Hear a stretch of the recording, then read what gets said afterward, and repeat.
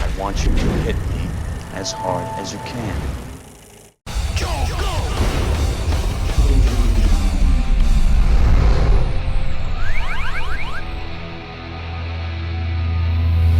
The folks at Disney have been on a roll lately, remaking some of their classic animated movies in live action, and their streak looks like it'll continue this weekend with the remake of their 1977 half-animated, half-live-action classic, Pete's Dragon. It just goes to show how enormously popular dragons have been in the history of fantasy and adventure, whether they're protecting treasure from Bilbo Baggins or being ridden by Daenerys Targaryen. But dragons don't always make for a great story, as evidenced by the 2006 cinematic flop we like to call Eragon. At the mere age of 19, a man named Christopher Paolini self-published Eragon, a high-flying tale of sword and sorcery that filled the gap for young readers eagerly awaiting the next Harry Potter book. And much like Harry Potter, Eragon's runaway success caught Hollywood's attention, with 20th Century Fox set to adapt the book to film, with its sequels following soon afterward. But while the Harry Potter films were praised by critics and broke box office records, Eragon fumbled right out of the gate with horrible reviews and disappointing box office, which immediately killed any hopes of a franchise. But amidst all these failed franchises based on young adult fantasy books, maybe Eragon didn't deserve to die so quickly.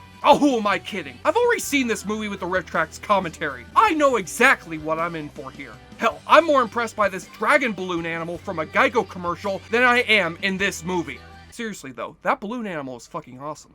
So our tale begins in the land of Allegasia, where the land was once ruled by warriors who rode dragons and protected the land, until they and the dragons were betrayed and killed by their fellow dragon rider Galbatorix, who judging by his name is a rejected Power Rangers villain, but is actually an evil king played by John Malkovich, with an even more evil assistant played by Robert Carlyle. One day the king gets his beloved blue stone stolen by Princess Sweaty McTightbodice, who teleports the stone away into the hands of a simple farm boy named Eragon. But Eragon soon discovers this stone is no stone, but actually an egg which contains...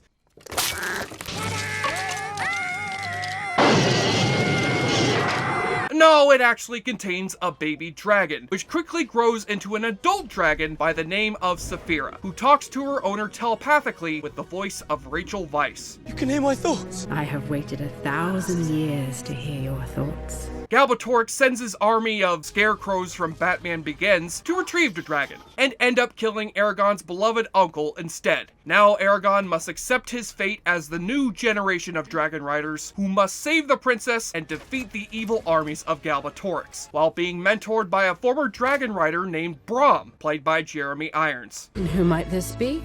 This is Brom.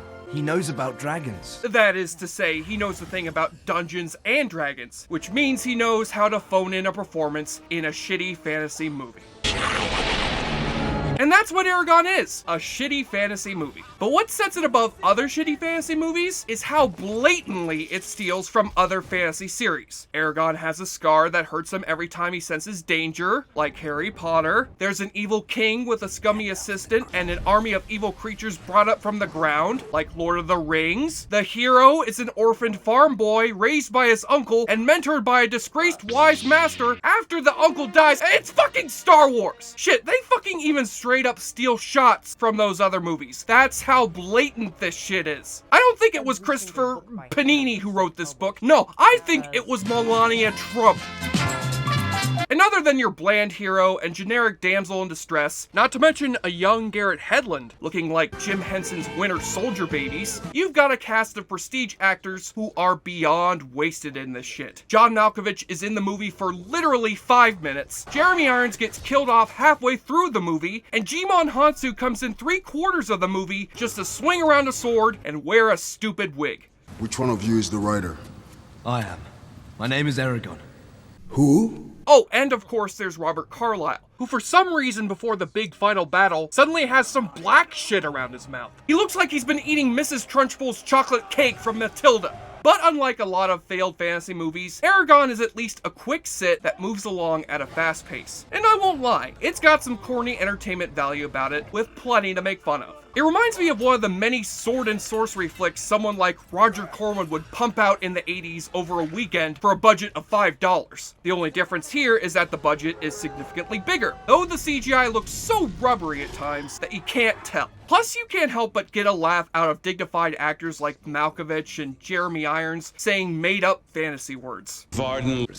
Trayvon. Geweister. Urgles. What? What was the name of the monsters again in this movie? Urgles. Come on now, movie. How can I take you seriously when the name of your monsters remind me of the nerdy kid from Family Matters? On the whole, though, Eragon is pretty goddamn generic, and light years away from being the next Harry Potter-sized franchise its creators wanted it to be. Now granted, I watched the theatrical version of this movie and not the extended edition, but I don't give a flying fuck. Unless that extended edition has one of those dragons being ridden by Emilia Clarke showing off her titties, then no fucking sale.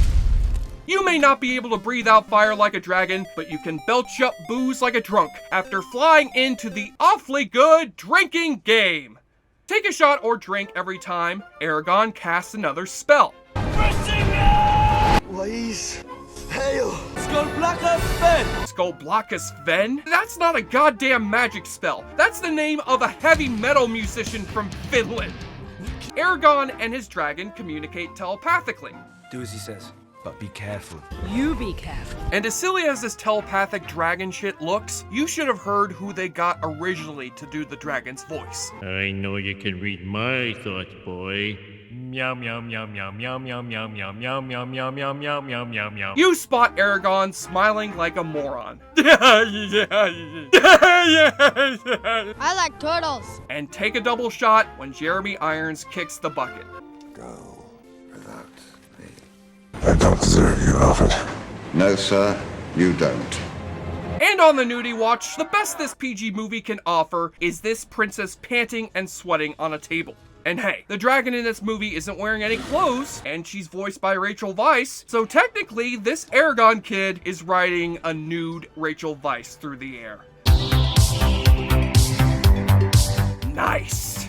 On the enjoyableness continuum scale from Boulder Bruce, Eragon is less Game of Thrones and more Reign of Fire, and casts a spell of 5 out of 10. The dragon's fire may burn hot, but this movie sure does not. I'm Jesse Schaefer, JoBlo.com, and if this Christopher Pastrami kid could get a shitty book he wrote in high school turned into a major motion picture, well then so can I. The adventures of Jessica Shadicus, who slayed all the dragons and banged all the women. Coming soon to a theater near you, baby. JoBlo, he sure likes to drink a lot.